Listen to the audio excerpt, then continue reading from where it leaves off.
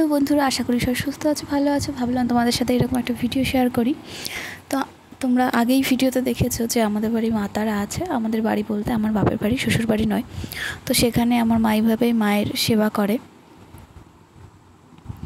তো তোমাদের সাথে ভাবলাম এটা একটু শেয়ার করি, সেই জন্যে ভিডিওটা করা। এইভাবে মায়ের প্রসাদ মায়ের মুখে তুলে দেয়, তারপরে মুখ মুছিয়ে দেয়, জল খাইয়ে দেয়।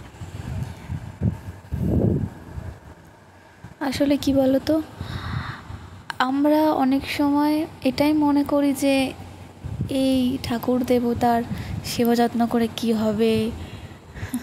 অনেকেই মনে করে এই কথাটা, মানে অনেকেই ভাবে এরকম। হয়তো তারা মুখ ফুটে বলে না, কিন্তু অনেকের আচার আচরণে এরকম ঠিক বোঝা যায়। অনেকেই এমন আছে যারা কোনো দিন একটু ঠাকুর ঘরে গিয়ে প্রণাম পর্যন্ত করতে পারে না। কাউকে বলে কয়ে আর জোর করে তোর ভক্তি আনা যায় না, যার যার ব্যক্তিগত ব্যাপার। তবে আমাদের বাড়িতে এইভাবেই ঠাকুর সেবা করা হয়।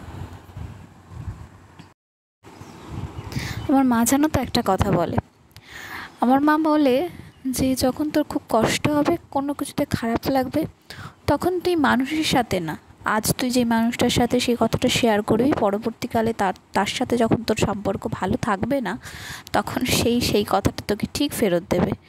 সেই জন্য যখন তোর মন খারাপ হবে, মানসিক অবস্থা ভালো থাকবে না, মনে হবে তোর কাউকে বলা উচিত, তখন তুই ঠাকুর ঘরে যাবি, গিয়ে সব কিছুই ভগবানের চরণে সঁপে দিবি, দেখবি একদিন সব ঠিক হয়ে যাবে। আর এই নীতিটাই আমি সব সময় মেনে চলি।